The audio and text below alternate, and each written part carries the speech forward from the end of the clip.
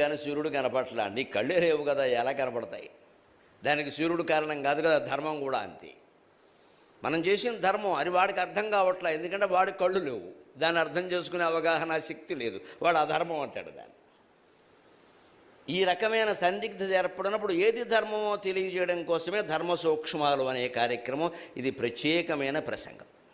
ఇందులో మొట్టమొదటిగా మనం తెలుసుకోబోతున్న ఆశ్చర్యకరమైన అంశం, తింటే గారెలు తినాలి, వింటే భారతం వినాలి అంటారు. రామాయణానికి లేదు ఇది, భాగవతానికి లేదు, ఏ విషయానికి లేదు, భగవద్గీతకి లేదు, హనుమాన్ చాలీసాకి లేదు, దేనికి లేదు. ఒక్క భారతానికి మాత్రమే ఉంది ఇది. పైగా ఈ గారెలు వండడం తినడం తెలుగు వాళ్ళకి తెలిసినంతగా ప్రపంచంలో ఎవరికి తెలియదు. ఆ గారెకి చిల్లు ఎవరు కనిపెట్టారో కానీ ఆ ఇల్లాలకి నమస్కారం. 10 గారెల చిల్లులో పట్టే పిండితో 11వ గారె వేసుకోవచ్చు, ఎకానమీ అంటారు దీన్ని. ఇంత చేస్తే ఆ చిల్లు ఎందుకో తెలియదు, కనిపెట్టారంతే. చిల్లు ఉంటే గారె అంటారు, చిల్లు లేకపోతే వడ అంటారు. తేడా ఉంది, ఇడ్లీ వడ అనకూడదండి, ఇడ్లీ గారె అనాలి. చిల్లు ఉంటే గారె, చిల్లు లేకపోతే వడ. మసాలా వడకేనో గారికి తేడా తెలియకపోతే అలాగా. చిల్లు ఉంటే ఒక గారి, చిల్లు లేనిదే వడ.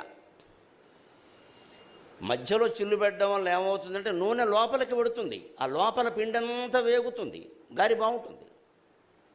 అందుకే మీరు వడలు తిన్నప్పుడు గమనించండి, శనగ వడలు అవి వేస్తారు కదా, మధ్యలో కాలం అవి సరిగ్గా వేగవు, పచ్చిగా ఉంటాయి.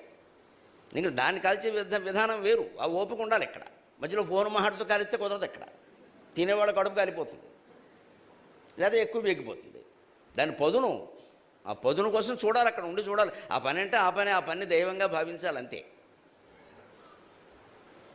అలాగా గారెకి చిల్లు కనిపెట్టడం వల్ల గారె బాగా వేగడమే కాకుండా కేవలం ఆ చిల్లులో పట్టే పిండితో 10 గారెల చిల్లులో పట్టే పిండితో 11వ గారె వేసుకోవచ్చు, పొదుపు కూడాను.